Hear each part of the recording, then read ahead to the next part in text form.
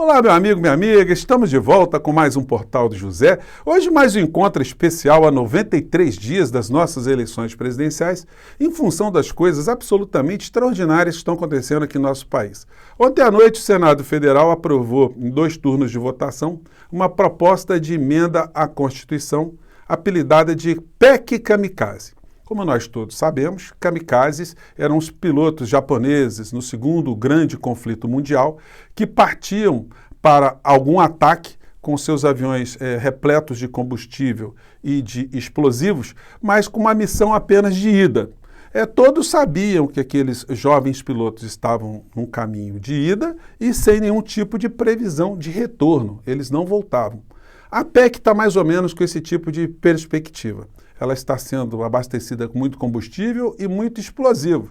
E uma vez atingido o alvo, ou os alvos, o que virá depois, ninguém está se importando muito. Só que tem uma história muito interessante que eu quero chamar a atenção de vocês hoje.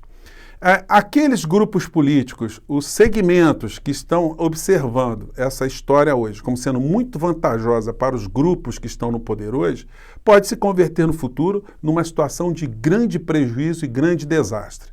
E as forças políticas que estão imaginando que esse tipo de trambique, de tramóia pré-eleitoral, essa boca de urna com dinheiro público, ela será muito negativa nesse momento e será muito negativo lá para frente, ela pode ter um desdobramento totalmente diferente.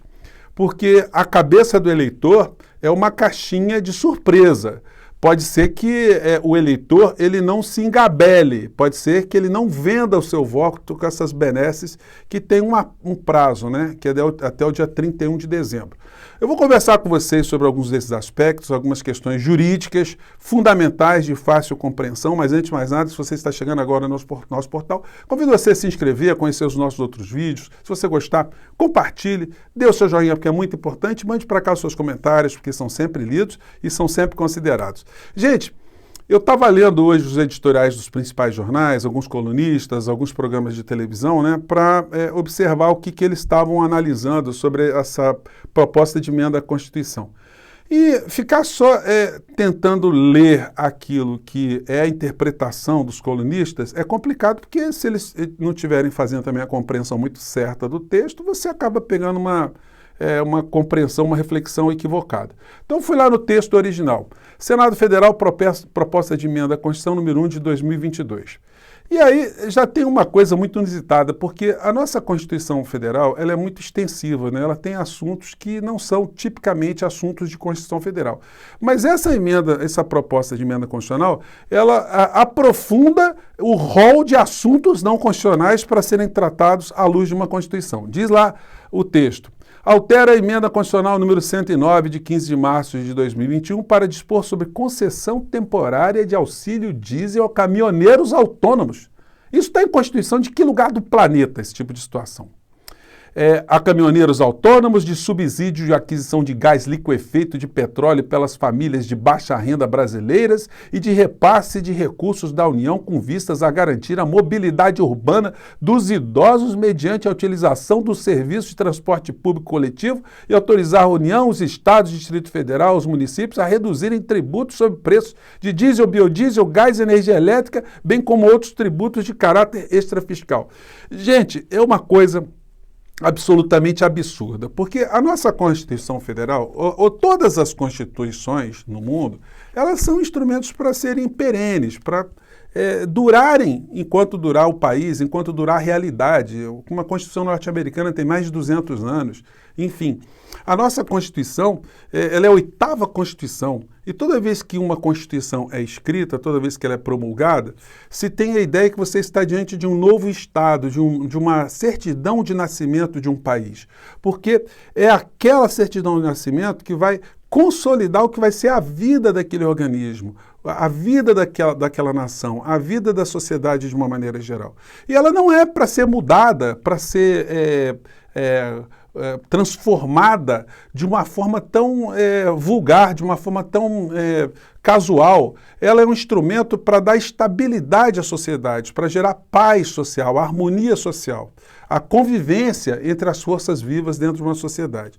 Então, como é que a gente pode ver que essa emenda constitucional feita da forma como ela foi feita ontem, que ela já não fere um princípio de finalidade, né, ligado à finalidade, porque a Constituição deve ser modificada para situações perenes e não para situações emergenciais. Para situações emergenciais, você tem as leis ordinárias e as leis complementares, que o Congresso vai discutir, vai aprovar ou não vai aprovar, o Senado, a mesma coisa. Só que as leis ordinárias hoje no Brasil, elas não permitem que haja uma mudança para beneficiar determinado grupo político no poder em véspera de eleição. Então, para burlar essa situação que o Estado Democrático criou, os senadores ligados ao governo federal, a mando do governo federal, especificamente o senador Fernando Bezerra, apresentou essa excrescência jurídica para engabelar uma parcela da população brasileira sem se preocupar no que vai vir depois. Pois bem, o artigo 60 da Constituição Federal, gente, eu estou fazendo aqui bem resumido, tá? Parece que é muito tempo, mas o assunto ele demandaria aqui muitas horas aqui de discussão, mas acho que vai dar para todo mundo pegar aqui, tá? Esse aqui é o artigo 60 da Constituição Federal, que fala de como ela pode ser emendada.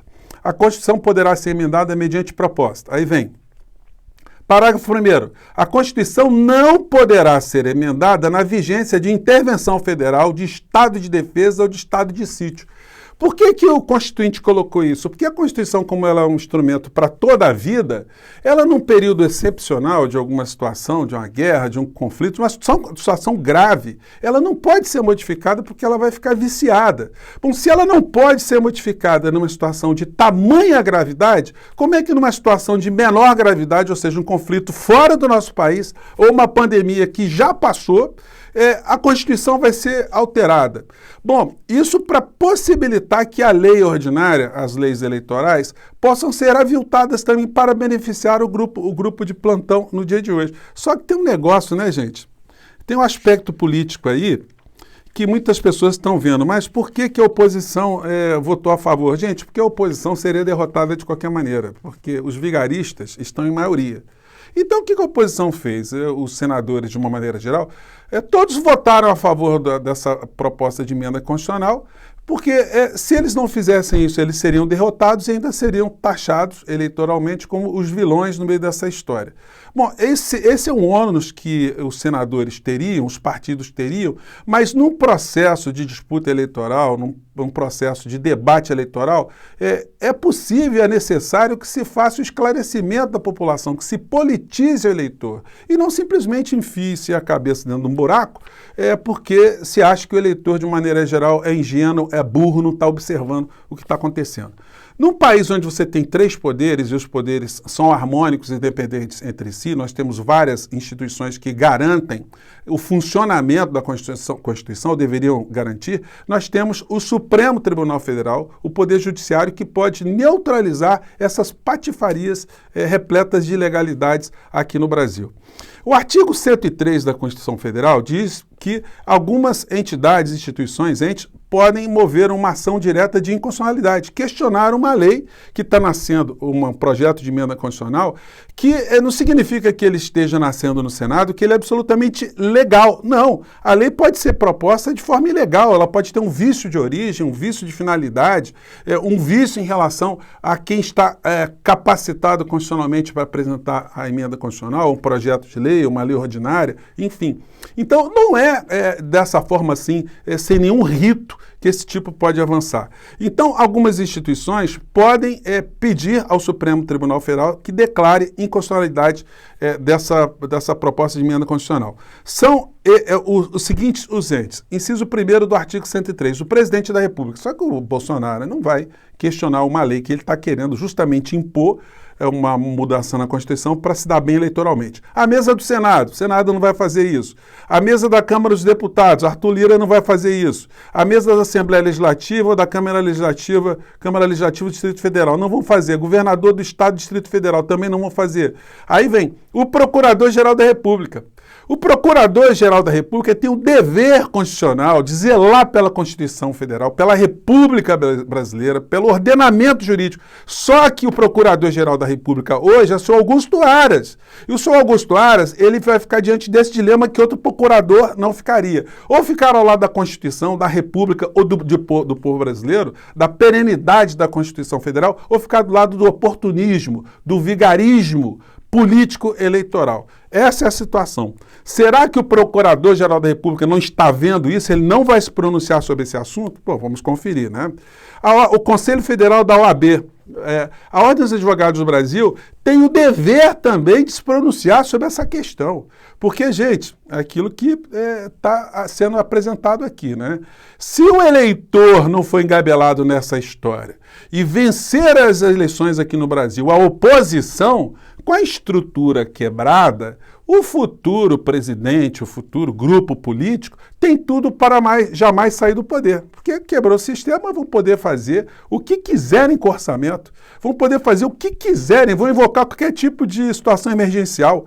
Amanhã pode ter uma febre suína na Índia, pode ter uma peste chinesa envolvendo galinhas na China, pode ter um gasoduto explodindo na Alasca, um outro conflito qualquer entre um Dunjung e Pandang na Indonésia e o Afeganistão, sei lá. E isso servir como argumento para se fazer uma excepcionalidade no sistema jurídico, gente. Então, essa é a questão. Muitas pessoas que estão no desespero hoje, querendo fazer alguma coisa para ficarem no poder, podem não se dar bem e simplesmente entregar para os seus adversários ferramentas que, se eu fosse o presidente, se eu fosse o grupo político diante dessa situação, quebrada a institucionalidade, como é que eu me sentiria à vontade para tentar ser o certinho num país que totalmente ficou destroçado pelas forças que quiseram, inclusive, me aniquilar enquanto força política? Essa é a questão que muita gente tem que perceber também, né? A OAB tem que se manifestar em relação a isso. Partido político com representação no Congresso Nacional, dificilmente algum partido político vai se mover numa situação dessa. Deveriam, mas não vão fazer. E confederação sindical, entidade de classe no âmbito nacional. São essas as entidades legitimadas constitucionalmente para arguírem a inconstitucionalidade dessa patifaria que passou pelo Senado Federal.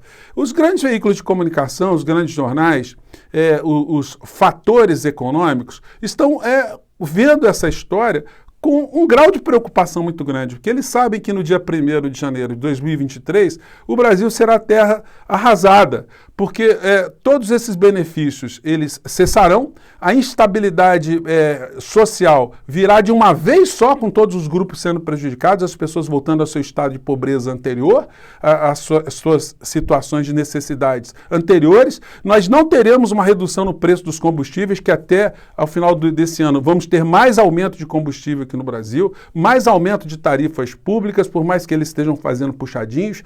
Os preços nos supermercados estão incontroláveis. Quem faz compra está vendo o que está acontecendo com os laticínios, com o litro de leite aqui no Brasil. Eles deveriam também fazer, então, um benefício para o leite, para o queijo, para o ovo, para a carne, enfim, para o arroz, para o feijão.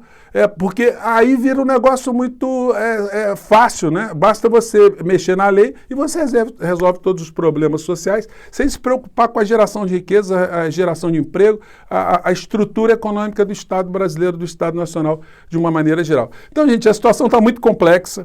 Quem está apavorado agora pode ter muitos motivos para rir no final dessa história, né? Sarcasticamente, e quem está achando que vai se dar bem agora pode ter grandes motivos para ficar chorando para todo o sempre mais à frente, se as forças que estão hoje de uma forma desfavorável nesse processo eleitoral conseguirem vencer as eleições e emplacarem uma nova metodologia de entendimento do Estado brasileiro, uma nova prática política, uma prática econômica. Quem está atento com essa questão está preocupado. Vamos acompanhar o que vai acontecer nos próximos dias. Vamos cobrar do Procurador-Geral da República, vamos cobrar dos partidos, vamos cobrar da OAB federal ou de entidades que estejam preocupadas com o nosso país, né? Eu fico por aqui, gente. Mande seus comentários e vamos ver o que a comunidade jurídica vai discutir nesses próximos dias em relação a isso. Do ponto de vista político, pode ser um grande tiro no pé de quem está achando que vai se dar bem. Os kamikazes nunca voltam, né? Um grande abraço, até o próximo encontro. Tchau.